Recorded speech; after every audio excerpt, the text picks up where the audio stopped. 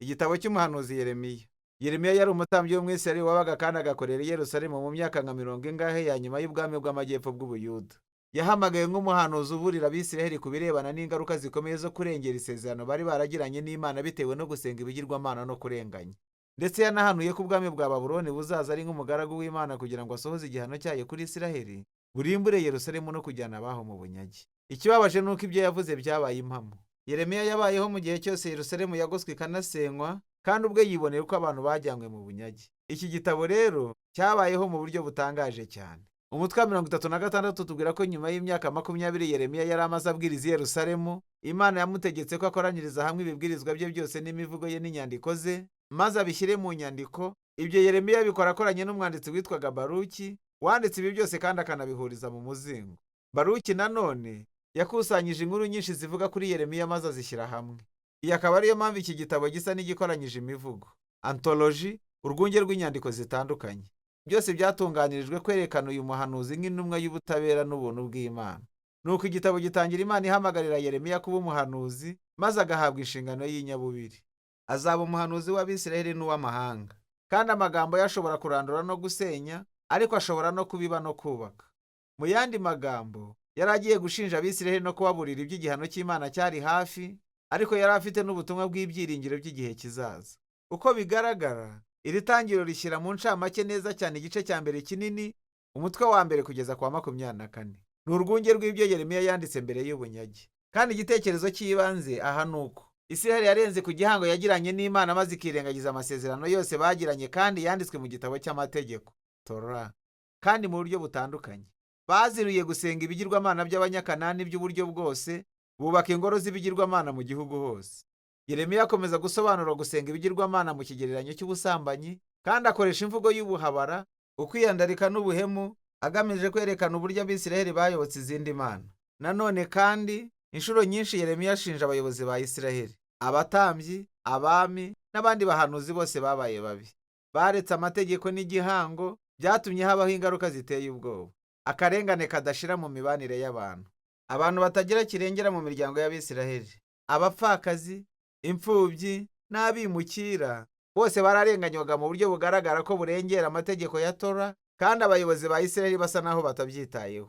Ahantu harusha ahandi kuba ariho ibyo bitekerezo byose bihurira ni mu mutwe wa 7. Byitwa ikibwirizwa cya Yeremiya cyo mu rusengero. Abisiraheli bari baje gusenga Imana yabo mu rusengero basa naho ibintu byose bimeze neza, nyamara hanze y'urusengero bagisenga izindi mana. Ndetse bamwe bakurikizaga umugenzo w'Abanyakanani uteye ubwoba wo gutamba abana. Nuko rero Yeremiya atanga itangazo rye ritari ryishimiwe na benshi. Imana ya Isiraheli igiye kuza guhana abantu. Izasenya urusengero rwayo kandi ihana Isiraheli yohereje umwanzi uzaturuka mu majyaruguru. Izo ni ingabo Imana izemerera kwigarurira Yerusalemu, kandi uko ukomeza gusoma usanga arimo kuvuga iby'ubwami bukomeye bwa Babuloni. Ibi byose rero nibyo bitugeza mu mutwe wa 25 uhuza ibyo n'ibikurikira. Isirayeli niyagarukiye Imana yabo, bityo mu mwaka wa mbere w'umwami mushya wa Babuloni, ari we Nebukadinezari, Imana ibwira Yeremiya gutangaza ko ingabo z'i Babuloni zerekeje ku gutera Isiraheli n'ibihugu byose bihana imbibi kugira ngo zibirwanye, zibihindure ndetse zibajyane mu bunyage mu gihe cy'imyaka 70. Yagereranyije Babuloni n'igikombe cya vino cyuzuye kugera ku rugara uburakari bukiranuka bw'Imana kubw'akarengane kose no gusenga ibigirwamana kwa Isirayeli. Kandi Imana izatuma Abisiraheli n'amahanga banywera kuri icyo gikombe. Uyu mutwe rero ni ingenzi mu mitunganyirize y'iki gitabo, kubera ko ikintu cyose gikurikiraho kibanda ku gitero cya Babuloni kigiye kuza, ubwa mbere kuri Isiraheli mu mutwe wa 26 kugeza kuri 45, hanyuma ku yandi mahanga mu mutwe wa 46 kugeza kwa 51.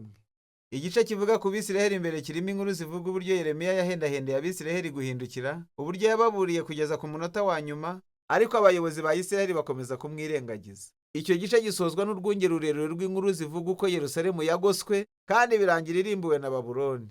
Kivuga nanone uburyo Yeremiya yatotejwe muri icyo gihe cyose, kandi amaherezo akaza gushimutwa n'itsinda ry'Abisiraheli b'ibyigomeke bakamutwara muri Egiputa atabishaka. Aha, muri ibyo byose, hagati y'izo nkuru z'umwijima w'ibyago n'igihano, harimo ubutumwa butandukanye bw'ibyiringiro bwa Yeremiya kubw'igihe kizaza cya Isiraheli. Ashingira ku buhanuzi bwa Mose ko nyuma y'uko Abisiraheli bazatatira igihango bakajya mu bunyage. Reba Gutegeka kwa 2:30. Imana ntizatererana ubwoko bwayo, ahubwo izavugurura isezerano yagiranye n'abihindure n'imitima yabo. Yeremiya asobanura kurushaho iby'iryo sezerano maze akavuga ko umunsi umwe Imana izandika ayo mategeko ya Torah atari ku bisate by'amabuye, ahubwo ko izayandika mu mitima y'ubwoko bwayo. Izabakiza ubugome bwabo kugira ngo umunsi umwe bazashobore kuyikunda by'ukuri kandi bayikurikire nyabyo.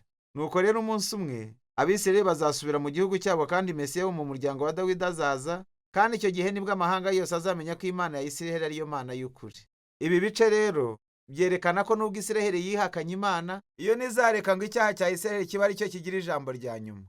Ahubwo kubera ko yo ari yo kwizerwa, uko biri kose izasohoza amasezerano yayo. Nyuma y'ibyo dusangamo urwunge rw'imivugo ivuga ku buryo Imana izakoresha Babuloni kugira ngo ihane amahanga akikije Isirayeli: Egiputa, Ubufilisitiya, Mowabu, Edomu, Amoni, Damasiko na Hazori. Ariko rero igitangaje ni uko imivugo isumba iyindi yahariwe umwanya wa nyuma, kandi ivuga iby'igihano cy'Imana kije ku bwa Babuloni ubwayo.